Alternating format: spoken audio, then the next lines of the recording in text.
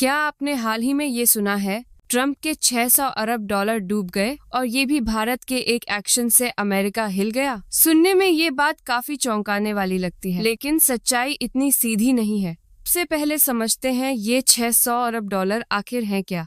ये कोई नकद पैसा नहीं है जो किसी तिजोरी से अचानक गायब हो गया हो। ये है शेयर बाजार की वैल्यू, जिसे कहा जाता है मार्केट कैपिटलाइजेशन।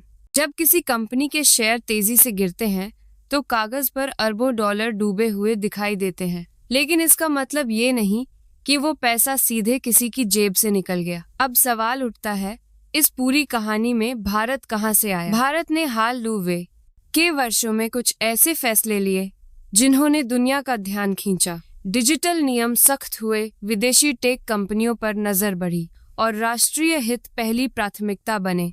भारत ने साफ संकेत दिया, अब फैसले भारत की शर्तों पर होंगे।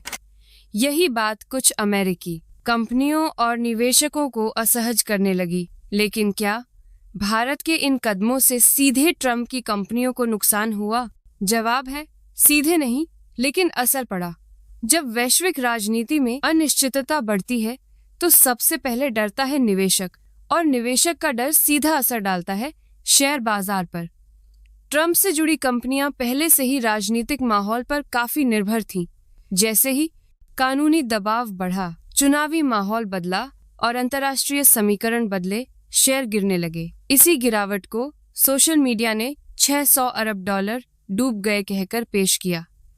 अब आखिरी सवाल, क्या अमेरिका सच में हिल गया?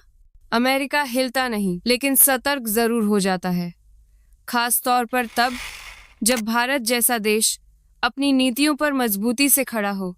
भारत आज सिर्फ एक देश नहीं, बल्कि एक निर्णायक शक्ति है, और यही वजह है कि भारत का हर फैसला अब पूरी दुनिया ध्यान से देखती है।